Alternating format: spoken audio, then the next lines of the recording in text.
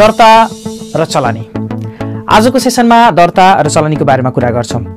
लोकसेवा आयोग अन्तर्गतको सबै परीक्षाहरू, खरिदार, नायब सुब्बा, शाखा अधिकृत, बैंकिङ तर्फका पनि सबै परीक्षाहरू र विभिन्न संघ संस्थानहरूमा भएका विज्ञापनहरूको लोकसेवा आयोगले लिइने सबै परीक्षाहरूको एउटा कमन शीर्षक, कमन टपिक हो दर्ता र चलानी। शिक्षक सेवा आयोगको सबै तहहरू, प्रावि, निमावि र मावि र अरू पनि एकाडेमिक तहहरू जस्तै कक्षा 11 र कक्षा 12 को विभिन्न विषयहरूमा समावेश गरिएको विषय हो दर्ता र चलानी। आज त्यसको बारेमा छलफल गर्छौं। दर्ता भनेको के हो, चलानी केलाई भनिन्छ, दर्ता र चलानीका विशेषताहरू, दर्ता र चलानीको उद्देश्य, यसको आवश्यकता, यसको महत्त्व, यसको फाइदाहरू, दर्ता र चलानी गर्दा ध्यान दिनुपर्ने कुराहरू, दर्ता र चलानी बीचमा रहेको समानता, दर्ता र चलानीको बीचमा रहेको फरक लगायतका हरेक पक्षहरूको बारेमा कुराकानी गर्नेछौं।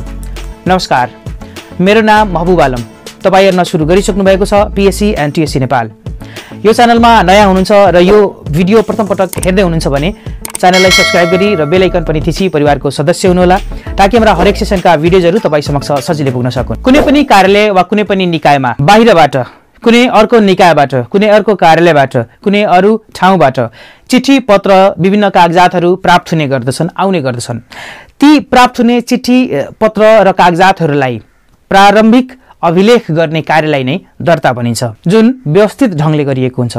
अर्थात् कुनै पनि कार्यालयमा जब कुनै किसिमको चिठी, पत्र प्राप्त हुन्छ, त्यो चिठी, पत्र कहाँबाट आएको हो त्यसलाई सुरुमा दर्ता रजिस्टरमा लेख्ने कार्य गरिन्छ, टिप्ने कार्य गरिन्छ, त्यो नै दर्ता हो। दर्ता सिलसिलेवार नम्बर कायम गरी गरिन्छ। कार्यालयमा चिठी, पत्र एवं कागजात प्रवेश गर्ने प्रवेशद्वार नै दर्ता हो। दर्तालाई मूल दर्ता र शाखा दर्ता गरी दुई भागमा विभाजन गर्ने गरिन्छ। मूल दर्ता भनेको कुनै पनि बाहिरबाट आएका चिठी, पत्र, निवेदनहरूलाई सुरुमा दर्ता गर्ने कार्यलाई मूल दर्ता भनिन्छ। त्यसपछि त्यो पत्र, त्यो निवेदन, त्यो चिठी कुन शाखासँग सम्बन्धित छ, कुन फाँटसँग सम्बन्धित छ, त्यो फाँटमा बुझाइदिँदा, त्यो फाँटमा पठाइदिँदा, त्यो फाँटमा गइसके पछाडि, त्यो शाखामा गइसके पछाडि त्यो शाखावालाले, त्यो शाखामा बसेको व्यक्तिले गर्ने दर्तालाई शाखा दर्ता भन्ने गरिन्छ। दर्ता सामान्य कार्य भए पनि यसको कार्यालयमा धेरै ठूलो महत्त्व रहेको हुन्छ। पत्र दर्ता गर्ने कार्यालयमा दर्ता किताब, दर्ता गर्ने व्यक्ति, दर्ता गर्ने शाखा लगायतको व्यवस्थाहरू गरिएका हुन्छन्। अब दर्ताको उद्देश्यको बारेमा कुरा गर्दा, दर्ताको उद्देश्य, दर्ताको महत्त्व, दर्ताको आवश्यकता, किन दर्ता गर्नुपर्छ, दर्ता केका लागि गरिन्छ लगायतका प्रश्नहरूको जवाफ एउटै हुन सक्छ। दर्ताको उद्देश्य भनेको कार्यालयमा कुन कुन कार्यालयबाट कुन कुन चिठी पत्रहरू, कुन कुन पत्रहरू, कुन कुन कागजातहरू कहाँबाट कसरी आएका छन् त्यसको रेकर्ड राख्नु नै यसको प्रमुख उद्देश्य हो। त्यसपछि अरू कार्यहरूमा पत्र सम्बन्धी सूचनाको जानकारी दिनु, कार्यालयमा प्राप्त भएको कागजात नहराउनु, खोजेको बखत, खोजेको समयमा सजिलै तरिकाले, सजिलै ढंगले यसलाई प्राप्त गर्न सक्नु, यसको अर्को उद्देश्य हो। पत्र आएको कार्यालयको नाम थाहा पाउन सजिलो हुनु, कुन पत्र कहाँबाट कहिले प्राप्त भयो र कसको जिम्मामा छ त्यो कुरा प्रष्ट गर्नु, पत्र तत्काल पत्ता लगाउन सजिलो हुनु, कार्यालयको काम कारबाहीप्रति जानकारी प्राप्त हुनु। अब दर्ता गर्दा ध्यान दिनुपर्ने कुराहरू, कुनै पनि काम गर्दा, चाहे त्यो दर्ता होस्, चलानी होस्, चाहे कुनै पनि काम होस्, त्यसलाई व्यवस्थित बनाइदिनको लागि कुन कुन चिजहरूको, कुन कुन कामहरूको आवश्यकता पर्दछ, कुन कुन स्टेपहरूको आवश्यकता पर्दछ, कुन कुन तरिकाको आवश्यकता, कुन विधि, कुन शैलीको आवश्यकता पर्दछ, त्यो चिज नै त्यो काम गर्दा ध्यान दिनुपर्ने कुराहरू हुन्। दर्ता गर्दा पनि निम्न कुराहरूमाथि ध्यान दिनुपर्दछ। जस्तै कुनै पनि पत्र जब हामीलाई प्राप्त हुन्छ, सबभन्दा पहिले त्यो पत्र हाम्रो कार्यालयसँग सम्बन्धित छ कि छैन, त्यो पत्र पठाएको व्यक्तिले हामीलाई नै पठाएको हो त, सबभन्दा पहिले निकरेल गर्ने कुरा यही नै हो। पत्र हामीसँग सम्बन्धित छ कि छैन त्यो कुराको निकरेल गर्ने सबभन्दा पहिले।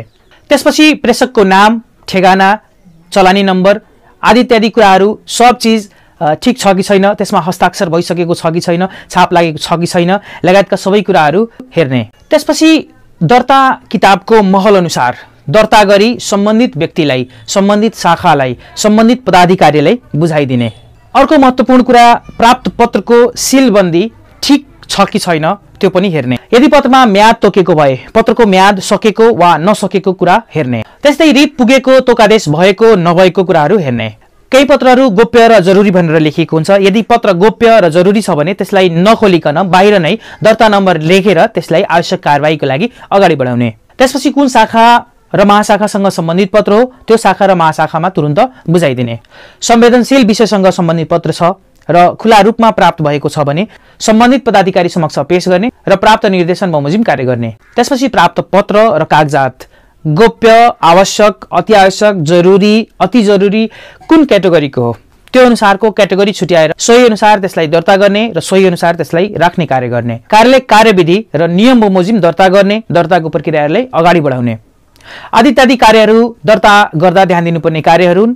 यदि यी सबै कार्यहरूमाथि ध्यान पुर्याइयो भने, दर्ता गर्दा यी सबै कार्यहरूलाई अवलम्बन गरियो भने दर्तालाई प्रभावकारी, व्यवस्थित, गुणस्तरीय र राम्रो बनाउन सकिन्छ, जसले कार्य सञ्चालनलाई नै व्यवस्थित र राम्रो बनाउन सक्छ। त्यसपछि दर्ता किताब नमुनाको कुरा गर्दा यसमा दर्ता नम्बर, दर्ता मिति, प्राप्त पत्रको चलानी नम्बर, पठाउने कार्यालय, विषय, शाखा, फाट, कैफियत आदि इत्यादि कुराहरू यसमा समावेश हुन सक्दछन्। अब चलानीको कुरा गर्दा चलानी भनेको के हो? दर्तालाई अंग्रेजीमा रजिस्ट्रेसन भनी जस्तै चलानीलाई अंग्रेजीमा डिस्प्याच भनिन्छ। एक कार्यालयबाट अरू कार्यालय, अरू व्यक्ति, अरू कुनै निकायलाई पठाउने पत्र, पठाउने कागजातहरूको बाहिरगमनको बेलामा गरिने, राखिने अभिलेखलाई नै चलानी भनिन्छ। कार्यालयबाट कसलाई कहिले कस्तो पत्र पठाइयो भन्ने सिलसिलावार नम्बर सहितको अभिलेखलाई नै चलानी भनिन्छ। अर्थात् कार्यालयमा दर्ता मार्फत चिठी पत्रहरू भित्रिन्छन् भने चलानी मार्फत चिठी पत्रहरू बाहिरिन्छन्। चलानी गर्दा चिठी पत्रहरू हराउने सम्भावना कम हुन्छ, साथै चलानी गर्दा चिठी पत्रको अभिलेख समेत रहने गर्दछ। अब के हुन् त चलानी गर्दा ध्यान दिनुपर्ने कुराहरू? चलानी गर्दा ध्यान दिनुपर्ने कुराहरू के हुन सक्दछन्? अर्थात् कुन कुराले, कुन कामले चलानीलाई राम्रो बनाउन सक्छ, व्यवस्थित बनाउन सक्छ, कसरी के गर्दा चलानी राम्रो हुन सक्छ, व्यवस्थित हुन सक्छ, त्यो नै चलानी गर्दा ध्यान दिनुपर्ने कामहरू, कुराहरू हुन्। पत्र प्राप्त गर्नेको नाम र ठेगाना उल्लेख हुनु, पत्रमा अधिकार प्राप्त अधिकारीको हस्ताक्षर भएको हुनुपर्दछ। चलानी गर्दा त्यो पत्रको एक प्रति ओसी कार्यालयमा राख्नु पर्दछ। चलानी गरिएको पत्र किनभने बाहिरगमनसँग सम्बन्धित छ, चलानी गरिएको पत्र किनभने एउटा कार्यालयबाट अर्को कार्यालयमा पठाइने हुन्छ, त्यही भएर त्यो पत्रसँग सम्बन्धित सम्पूर्ण कुराहरू यदि गुणस्तरहीन छन् भने, यदि त्यो गुणस्तरीय छैन भने, यदि त्यसमा कुनै किसिमको कमी कमजोरी छ भने सम्बन्धित कार्यालयको रेपुटेसन, सम्बन्धित कार्यालयको इज्जत, सम्बन्धित कार्यालयको मान र मर्यादा त्योसँग जोडिएको हुन्छ। त्यही भएर चलानी गर्नुभन्दा पहिले कार्यालयबाट जाने पत्र, कार्यालयबाट पठाइने पत्रको सम्पूर्ण कुराहरू हेर्ने, चलानी गर्ने व्यक्तिको जिम्मेवारी हुने जान्छ। त्यही भएर चलानी गर्दा सम्पूर्ण कुराहरू त्यसमा ठिक ढङ्गले मिलेका छन् कि छैनन् भन्ने हेक्का राख्नु पर्दछ चलानी गर्ने व्यक्तिले। अब चलानीको आवश्यकता, चलानीको उद्देश्य, चलानी किन गरिन्छ लगायतको कुराहरूको बारेमा चर्चा गर्दा कार्यालयबाट बाहिर जाने चिठी पत्रको अभिलेख राख्नको लागि चलानी गरिन्छ। कार्यालयबाट कसलाई, किन, कुन विषयमा, कहिले, कुन पत्र पठाइएको हो त्योसँग सम्बन्धित समग्र व्यवहारहरूको जानकारी राख्नको लागि चलानी गरिन्छ। यो एक किसिमको पत्र बुझ्ने कार्यालयको भरपाई हो। आवश्यक पर्दा यसलाई प्रमाणको रूपमा पेश गर्न सकिन्छ, त्यो कारणले गर्दा चलानी गर्ने गरिन्छ। कुनै कारणवश पत्र हराएमा पुनः अर्को पत्र तयार गर्न सक्नको लागि चलानी गरिन्छ, किनभने चलानीको साथमा एउटा एक पिस ओसी पनि राखिने गरिन्छ। त्यही भएर पत्र हराएको बेलामा त्यो ओसीलाई नै फेरि पुनः पत्र निर्माणको रूपमा प्रयोग गर्न सकिन्छ। अब दर्ता र चलानीको बीचमा रहेको समानताको बारेमा कुरा गर्दा दर्ता र चलानी कुन कुराहरू यसमा सिमिलर रहेका छन्, समान रहेका छन्, कुन चीजले दर्ता र चलानीलाई एक बनाउने गर्दछ? दर्ता र चलानी दुवै अभिलेखको रूपमा चिनिन्छन्, अर्थात् दर्ता र चलानी दुवै अभिलेखसँग सम्बन्धित कुराहरू हुन्। यी दुवै कार्यालय सञ्चालनको आधार स्तम्भहरू हुन्। यी नभएको खण्डमा कार्यालय सञ्चालनलाई व्यवस्थित, गुणस्तरीय र व्यवहारमूलक बनाउन सकिँदैन। यी दुवैले भविष्यमा आवश्यक पर्ने बेलामा सूचना, जानकारी र प्रमाणको रूपमा पनि प्रस्तुत हुने कार्य गर्दछन्। यसले सूचना र जानकारी प्राप्त गराउनुको साथै यो एउटा प्रमाणको रूपमा उपस्थित रहने कार्य गर्ने गर्दछन् दर्ता र चलानीले। यी दुवैका निश्चित मापदण्डहरू हुने गर्दछन्। यी दुवैले कार्यालयको सीमा बढाउन मद्दत गर्ने गर्दछन् र यी दुवै नीति नियमसँग सम्बन्धित हुने गर्दछन्। दुईटैलाई अभिलेखीकरण गर्नको लागि सुरक्षित किताबको आवश्यकता पर्दछ।